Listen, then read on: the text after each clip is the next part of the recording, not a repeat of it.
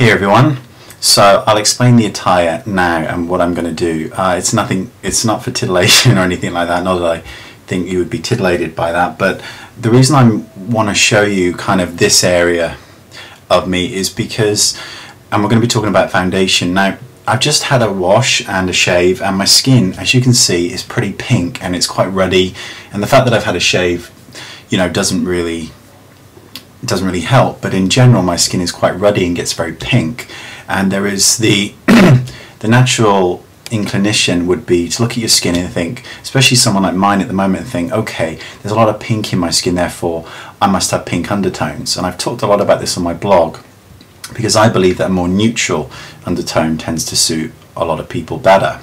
Not all, but a lot.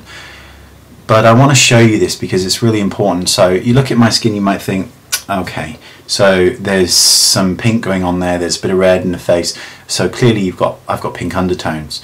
And I want to show you now, if you look at my chest here and my neck, you can see that I'm not pink based at all.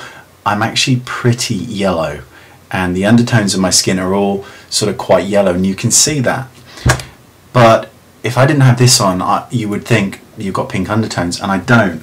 So here's a mud palette which I use a lot. Now if you were to just look at these, actually these colours here would suit me much better with this sort of skin colouring I've got at the moment on my face.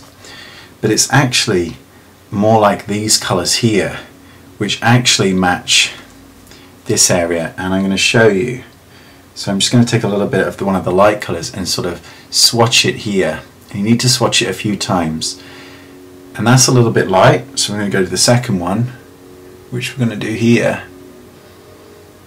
And that is actually not too bad at all. And you're going to see this when I put it on. That's a little bit too light. But this one here, not too bad.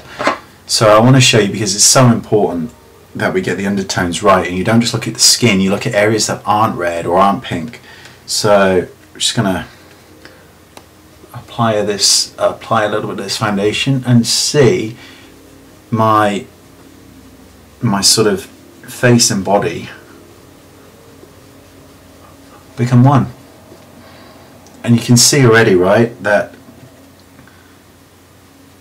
it's all starting to melt in and become one with my neck. And I'm only doing it here. I'm not doing this bit. Okay, you can see the bloody razor rash there. Nightmare. Hate shaving. So I'm just covering just half the side of my face, because I really want you to see that this foundation is quite yellow, but it is actually the colour that my body is. You know, in my neck, in my chest. And for women it's so important because this area tends to be on show a lot. Okay, so I've kind of applied a fair amount, but you know, looking in the mirror here, you can't actually see it on my skin as such, so I could get away with going out with this. This is the good thing about this brush, which is by Schumacher, and the mud foundation, which I love. Not fond of the smell, but I like the foundation very much. Great for sort of normal to dry skin.